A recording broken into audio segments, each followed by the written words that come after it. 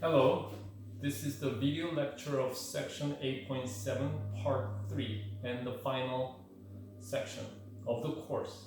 Okay, part 3, the final part of the final section of the course, Calculus 2, Math 25-20. So, in the previous two parts of the section, we learned that Taylor series or power series converges to the function f of x under some conditions. We proved that power series representation exists for sine, cosine, e to the x, and many other functions. We use Taylor's inequality theorem. Now, but then we also find that Taylor series formula, even though it is very in elegant form, very often is not really useful if you have a hard time to find the explicit formula of f nth order derivative at c or 0 as a function of n, as the explicit form of n. A lot of times that is hard. Another example is binomial series. So here, our goal here is to find like binomial series of 1/2 power. So power series of this, or power series of, what about this, 5. Okay, yes, we can use Taylor series formula, but that takes a long time. Sometimes it could give us some headaches, especially if you have, let's say, 4x plus x over 1/2 over x, something like this.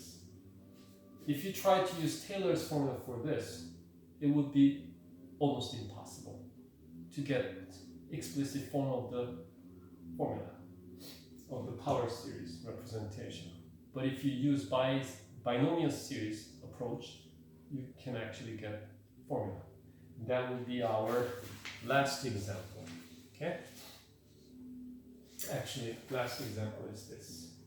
So anyway, so before we talk about binomial series, we have to talk about binomial theorem first. First of all, when these are integers, k permutation n is the number of ways to arrange n different objects out of k different objects. Number of ways to arrange in a row. So for example, if you have a 8 permutation 3, so you have a number or card with a number. How many ways you can arrange 3 different things out of these 8 objects? Well, first position, you can put any of those 8 objects. Second position, all these 8 choices, you have a remaining 7 choices you can make. Okay? And for those 56 number of choices for the first position and second position, you have remaining 6. Alright? Therefore, this is 8, 7, 6. You have 3 vectors from this 3. 8 from here, right? Or you can write it 8 times 8 minus 1, 8 minus 2. So likewise, for any case, 8 k permutation n will be k times k minus 1, k minus 2, k minus n plus 1. This is n vectors. Starting from k, you go down by 1 each time. Why this one is k minus n plus 1? This is k minus of n minus 1, right? This is k minus 0. K minus 1. So minus 0, minus 1, minus 2, minus n minus 1. From 0 to n minus 1, you have n. n factors. Okay? Look at this. 8 minus 1 less of 3. 1 less of n. Okay? 8 minus 3 plus 1. Same thing. Now, this one can be written as 8, 7, 6. And then you can fill up by 5, 4, 3, 2, 1. Over 5, 4, 3, 2, 1. So top and bottom I multiply by 5 factorial. So then it becomes 8 factorial over 5 factorial. Where 5 is 8 minus 3, isn't it? Because you have already 3 terms out of 8, you have up to 5. Okay? Likewise, it can be written as, if you go k minus 1, k minus 2, 1 less k minus n minus 1, all the way down to 1 over, and this is the extra, so I have to put extra. So in the end, this is k factorial over k minus n factorial. This is another way of writing this formula. Okay? In the end, this is the important thing. Alright? You have n factors starting from k each time you down by 1. Now, this is number of ways to arrange n objects in a row. Okay, so order is important out of k choices. On the other hand, k combination n or k choose n, same thing, is number of ways to choose different group of n out of k different objects. So this time, I don't care about the ordering.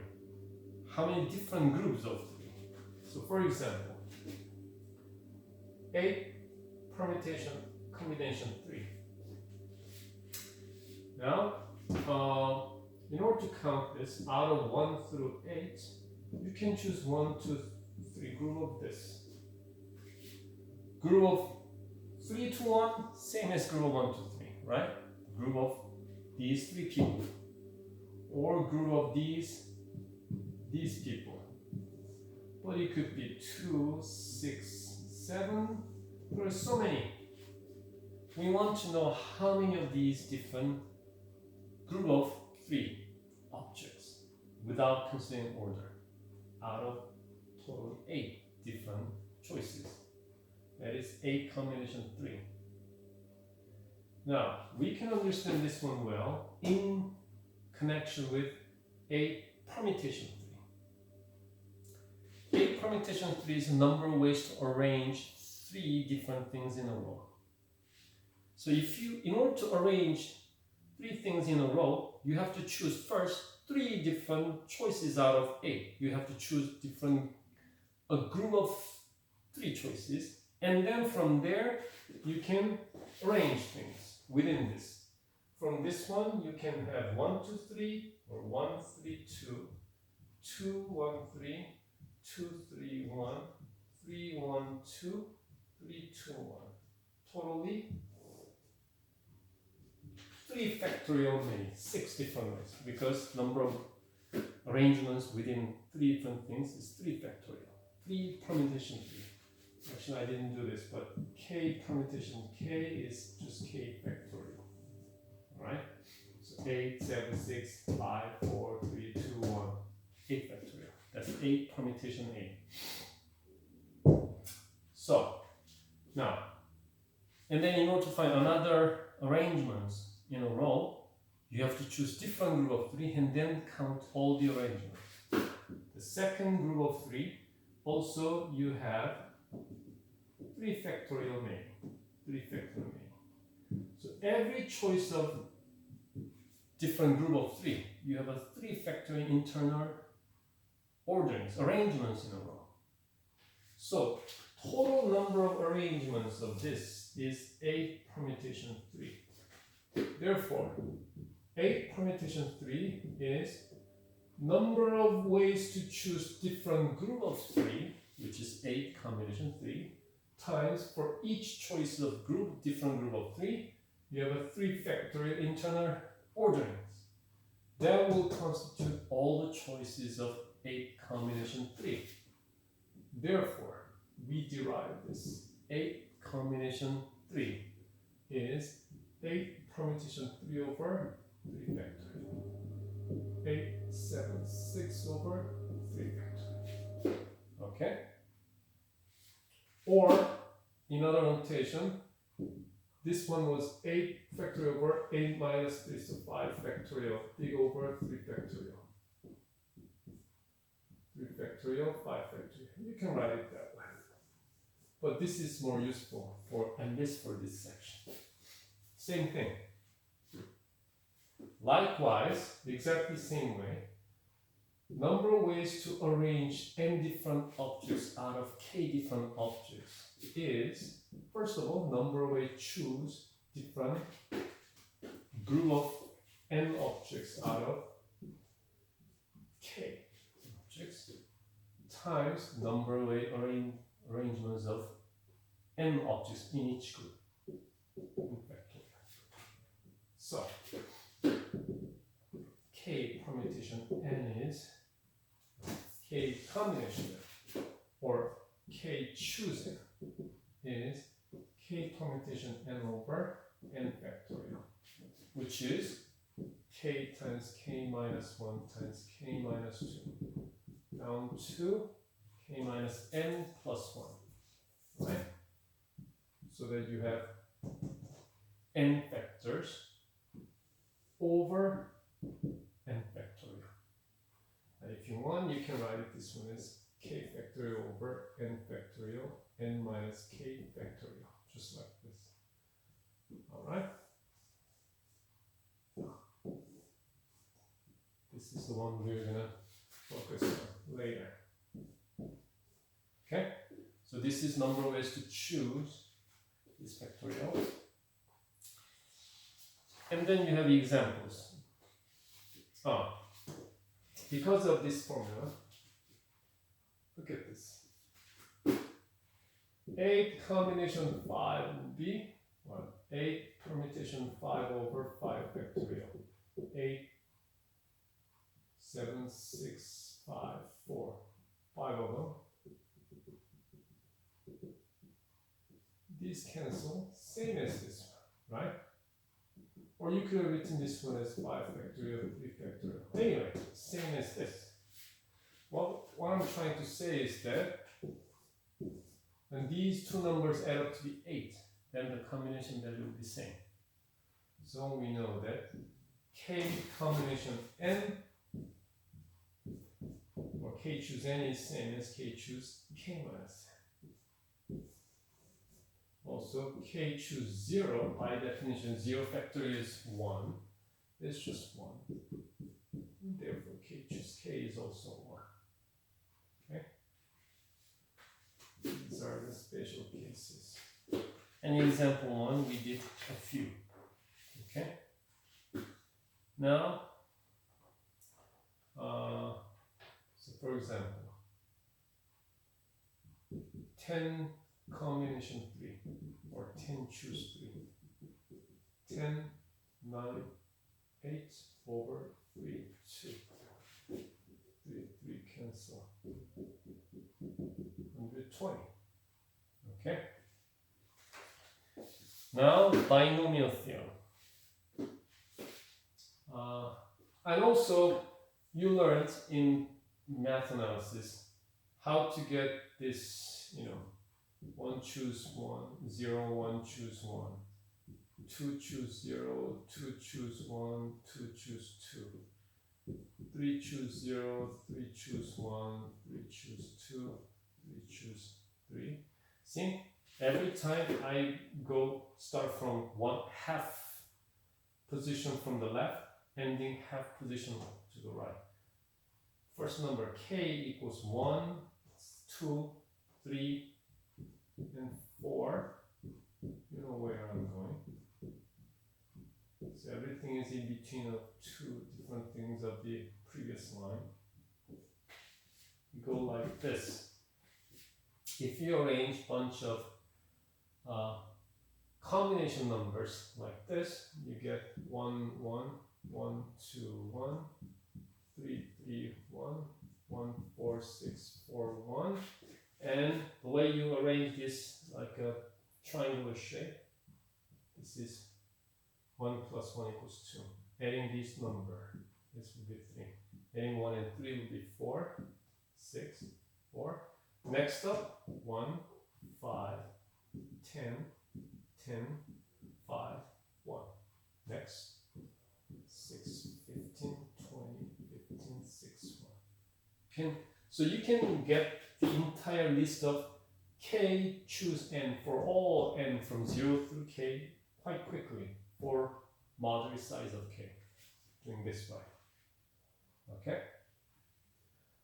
Alright, so using this we can get binomial theorem. The binomial theorem says that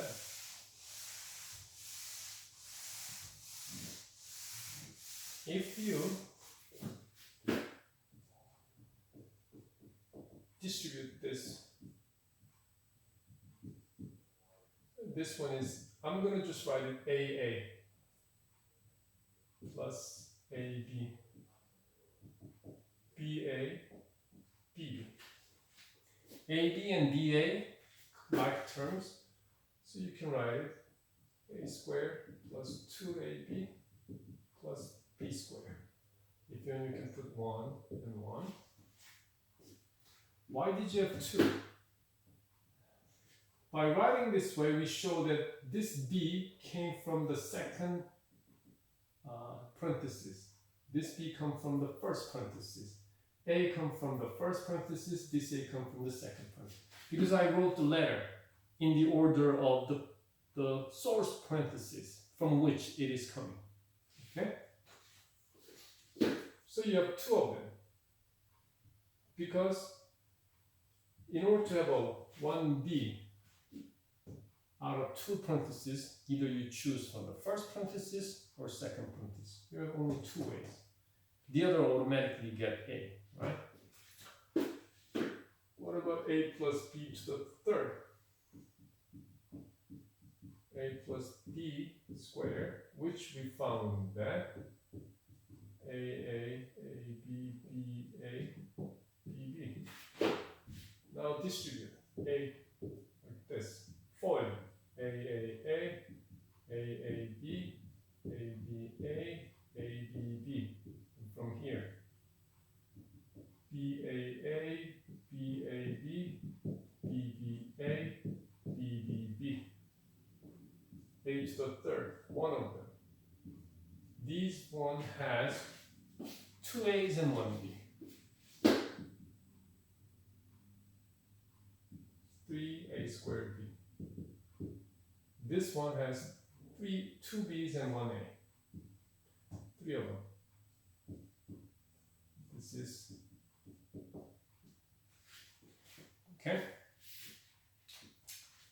Why did you get 3 A's? 3A squared B? In this case, B, you have to get 1 B out of 3 parentheses. Then the other 2 parentheses will give you A's, right? So your B comes from third parenthesis, here second parenthesis, first parenthesis. Why do you have 3? Because that's the number of ways you choose 1 source parenthesis of B out of 3 parentheses. So actually, this is 3 combination 1 or 3 choose 1, isn't it? Number of ways to choose 1 source parenthesis of B out of 3. Why do you have 3? You choose 2 B's out of 3 parentheses. Number of ways to choose 2 parentheses out of 3 choices.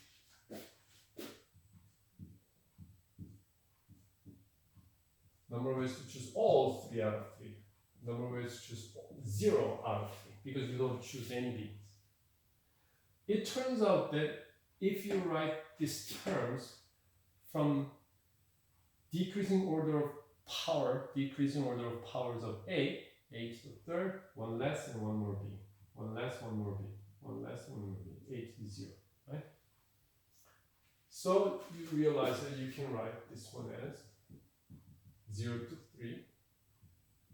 We choose n, a to the 3 minus n, b to the n. Alright? And you can do the same thing. I actually did it one more. A plus b to the 4th. Same idea. In the end, you're going to get 0 to 4. 4 choose n. 4 minus n, b to the n. Alright? So in the end, you have this a plus b to the k power. N runs from 0 to k. K choose n times a to the k minus n, b to the n. This is what we call binomial theorem. Okay? Now if you put a equals 1, b equals x, that's another form. Special case, 1 plus x to the k power, 0 to k. K choose n, a to the 1 to the whatever implies 1, so x to the n. This is the form of binomial theorem we're going to use. Okay? Binomial theorem. K is a positive integer. K is any positive integer. Then you satisfy this. Okay? Then you have a k minus 1 terms from 0 through k, right? K is positive integer. That form is called binomial theorem.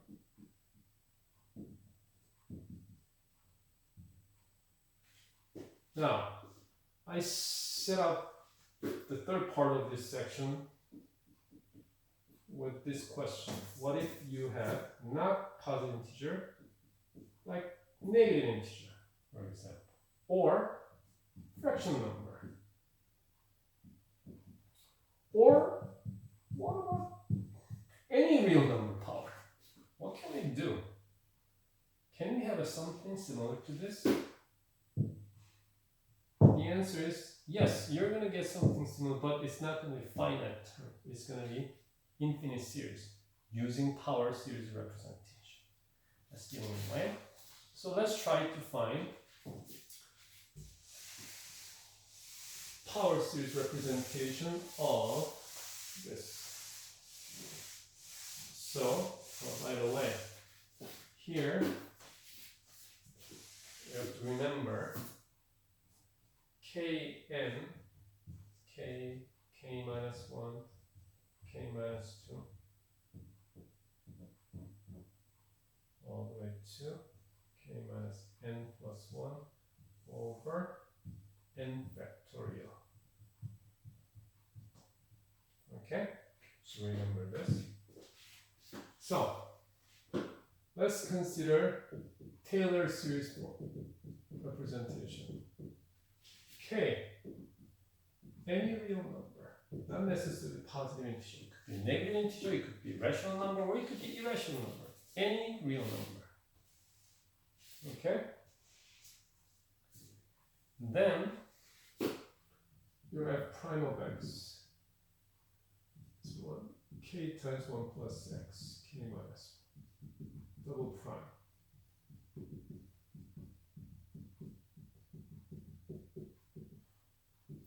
Triple prime.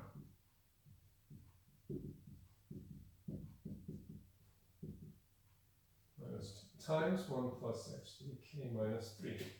And so on. So, when you find f of 0 equals 1, f prime of 0 equals k, right?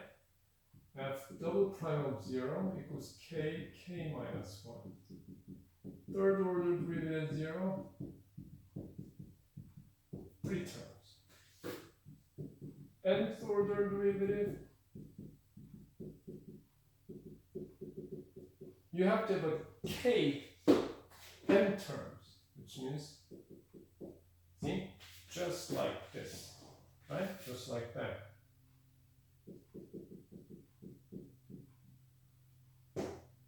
Minus k minus n. All right. So nth order derivative at 0 will be k minus 1, k minus 2, k minus n plus 1. Just like this thing, just like a k permutation n. But it's not permutation because k is not necessarily an integer. Okay? It's not necessarily positive integer. But the form is same. Alright? Therefore, if you have a power series representation, you must have, see, nth order at 0 over n factorial x to the nth. It's going to be written as, what was it? K minus 1, k minus 2, all the way to k minus n plus 1 over n factorial x to the nth. This form is identical with combination, even though k may not be a positive integer. The form is identical. That's why we can call this one k choose n x to the n, where k choose n is defined using this formula, even if k is not a positive integer. Okay? Even if your k is not a positive integer, you have this. This is just the result of Taylor's series formula. But the form is exactly the same as this form, except that this one stops at k, this one doesn't stop, goes forever. Okay? Now, what is the radius of convergence of this power series in the binomial? By the way, this result is called, what is f of x? 1 plus x to the k power. This is what we call binomial series.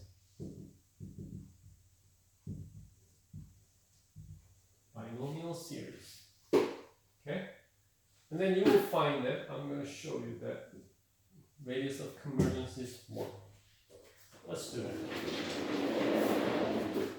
So, in order to get radius of convergence, you have to do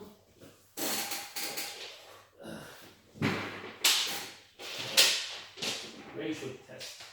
The ratio test. So, over there, an plus 1 over an absolute value. N plus, instead of n, you have n plus 1. So you get k minus 1 all the way to k minus n, one more term, k minus n. N plus 1 factorial, x to the n plus 1. That's an plus 1.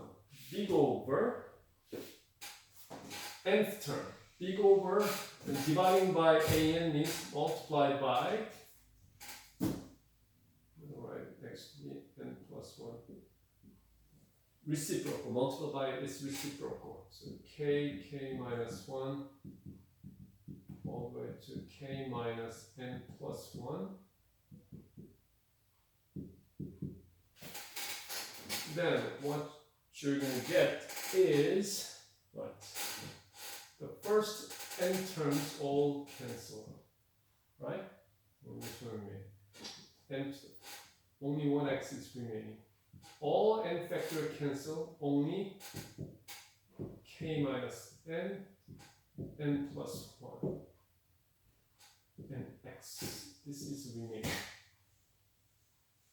Now, k is a fixed number, n goes to infinity, right? So you can write this one as dividing by k over n minus 1 over, right? divide numerator and denominator by n. Now if you take the limit as n goes to infinity, what do you get? K over n minus 1, okay? Over 1 plus 1 over n. K is a fixed number, n grows to infinity, okay? So then this one goes to 0. This one goes to 0. So it approaches absolute value of x. So linear of ratio sequence is absolute value of x. We know that if this is less than 1, then you have an absolute convergence. If it is greater than 1, divergence. So this one is convergent for this. Radius of convergence is 1. Okay? For this power series representation of 1 plus x to the k power.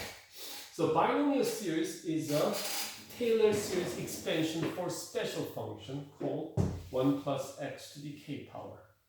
K can be any real number, not just integer. Okay, that's fine. So we have a formula. That's nice. But then important question arises. Okay, we said that when k is positive integer, this one stops at k. Finite series. Now this derivation works for any real number, not just non-integer case, but even for positive integer, this should work. Yet this one says infinitely many terms. Looks like. Actually, it becomes finite series. Now, first of all, think about it. If k is a positive integer, think about it. If you keep taking the derivative, when you take the nth order derivative, finally you get constant. So n plus k plus first derivative, if you take k derivative, let's say if you have a 1 plus x to the 5th power. Okay? The first derivative. Second derivative, 5, 4, 1 plus x to the 3rd. Third derivative, 5, 4, 3, 1 plus x squared. Fourth order derivative, 5, 4, 3, 2, 1 plus x to the 1st power. And then, fourth derivative, fifth derivative will be just constant function. And then sixth derivative on derivative of constant will be 0. So everything will be 0 after that. F of 0 equals 1, f prime of 0 equals 5, 5.5 times 4, and so on. So when you use Taylor series formula, this one stops at 5. When you start with 5. See what I mean?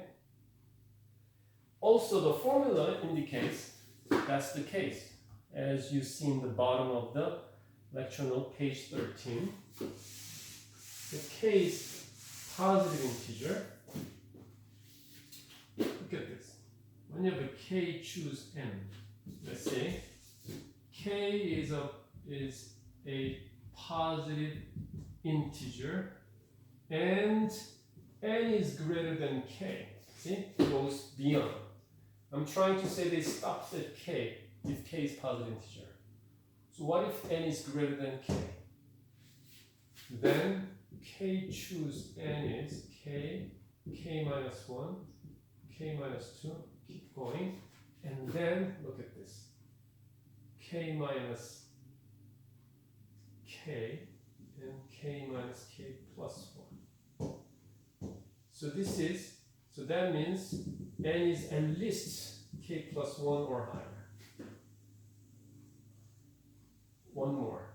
Okay, k minus 1, minus 1, k minus k plus 1.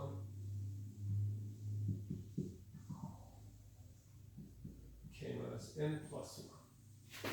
Think about it. It has to go k minus k at least this much, right? When n is greater than k, when n hits k plus 1, over here, when hits k plus 1, k minus parenthesis k plus 1, it becomes 0. This is when n equals k plus 1 case. This is n equals k, right? So, if n is greater than or equal to k plus 1, you will always have this term, 0. So, it'll be 0 for all n greater than k. That's why it stops exactly at k, if k is positive integer. So binomial series becomes binomial theorem. Okay? Alright, let me check recording for a moment. Alright. So I'm gonna summarize the results over here. Binomial series is 1 plus x to the k, and from 0 to k choose n, x to the nth, where k choose n equals k minus 1, k minus 2, all the way to k minus n plus 1. So n factors over n factorial. That's binomial series. Not k, but infinity. For any real number k. Okay? So binomial series is nothing but just Taylor series formula written nicely. So this is binomial theorem, theorem 2. Theorem 2. Alright, now example 1. Let's distribute this.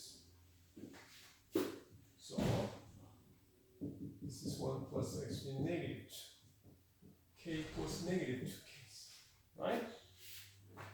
So let's write down k choose n. Negative choose n. Starting with negative 2, 1 less, all the way to what? Minus 2, minus n plus 1 over n factorial. Okay? Now, this one is minus 2, the minus n minus 1, minus of n plus 1, right? Minus 2, minus 3, all the way to minus n plus 1. From 2 to n plus 1, yes, n factors. So you have n of them. I can take a minus 1, and then 2 times, 3 times, 4 times. See? From each term you take a minus 1, minus 1, minus 1. Then you have a n over minus 1 to the n, and the remaining positive terms, factors 2, 3, 4, all the way to n plus 1 over, okay, I'm going to write it all the way to n plus 4. Divided by n factorial. This one cancel, right? 1 is there, 1 to the n factorial. So you have just minus 1 to the nth, n plus 1. That's the coefficient.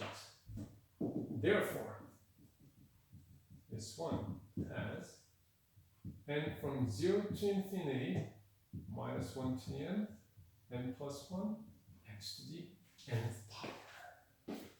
Okay? And this one works.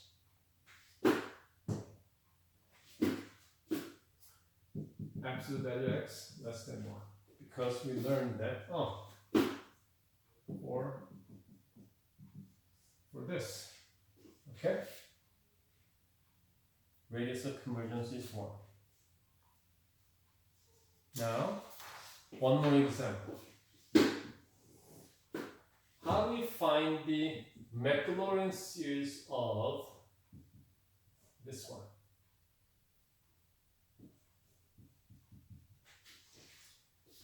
if you try to use Taylor series formula directly, I guarantee you, you will never get the general formula of something like this, coefficient of x to the n.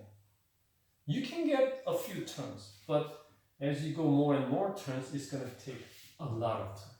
Really hard to get the pattern, to see the pattern. So we will take another approach. Factor of 4, and you get this, right? And then this one is square root of 4 is 2. 1 minus x over 4 to the 1/2 power. So I can write this one as x over 2 times 1 minus x over 4 to the minus 1/2. So if I can get power series representation for this one, you just multiply that power series by x over 2. And that one also, look at this.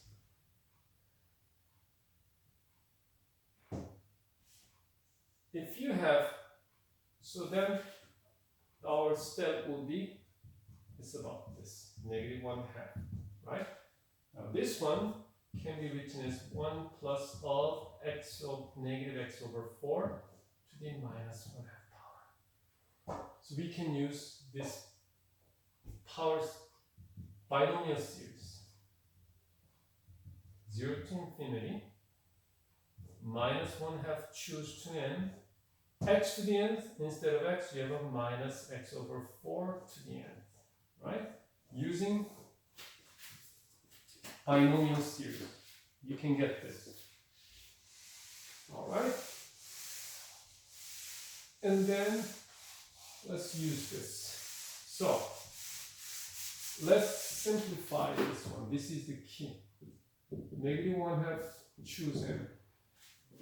That is negative 1/2, 1 less, negative 3 over 2, and then 1 less, negative 5 over 2, and then negative 1/2 minus n plus 1. See, k minus n plus 1 over n factorial. Now, this one is minus n, negative 1/2 is positive 1/2, which is minus 2n plus 1 over 2. I can write this one as, again, negative 1/2, negative 1/3 over 2. This is negative of 2n minus 1 over 2, isn't it? Minus of 2n minus 1 over 2. Okay? So, look at this. Your numerator without minus sign, 1, 3, 5, all the way to 2n minus 1. These are successive odd numbers. N equals 1 would be 1, n equals 2 would be this, right? So this is totally n numbers, n factors as we expected. So you can take out minus 1/2 out here. Minus 1/2 out times 1 here, minus 1/2 times 3, minus 1/2 out and 5, all the way to minus 1/2 out and 2n minus 1 is remaining, right? I didn't put this step in the notes, but so you have n of those factors of minus 1/2. Minus 1/2 to the nth power, 1, 3, 5, 2n minus 1 over n factorial. If you want, you can write this one as minus 1 to the n times all the way to 2n minus 1, n consecutive odd integers over minus 1 to the nth over 2 to the nth, 2 to the nth here, n factorial. That would be something really hard to get if you just take, Taylor series formula. Oh, and then here, this one is that x absolute value is less than instead of x, we have this. That means we don't need, well, without negative, same thing in absolute value. Multiply both sides by 4. So radius of convergence is 4.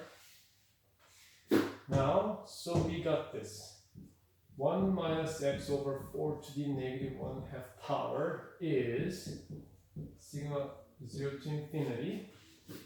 And this one, minus 1 to the nth, 1, 3, 5, all the way to 2n minus 1 over 2 to the nth n factorial times minus x over 4 to the nth power. So and then what do you have? 3, 5, 2n minus 1 over 2 to the nth n factorial minus 1 to the nth x to the nth over 4 to the nth, right? Multiply by minus 1 to the nth minus 1 to the nth minus 1 to the 2n, even power, always 4. And 2 to the nth, 4 to the nth is 2 times 4, 8 to the nth power. So you have 1, 3, 5, all the way to 2n minus 1 over 8 to the nth n factorial x to the n. For all absolute value of x less than 4. Finally, if you have your f of x equals x over 2, 1 minus x over 4 to the negative 1/2.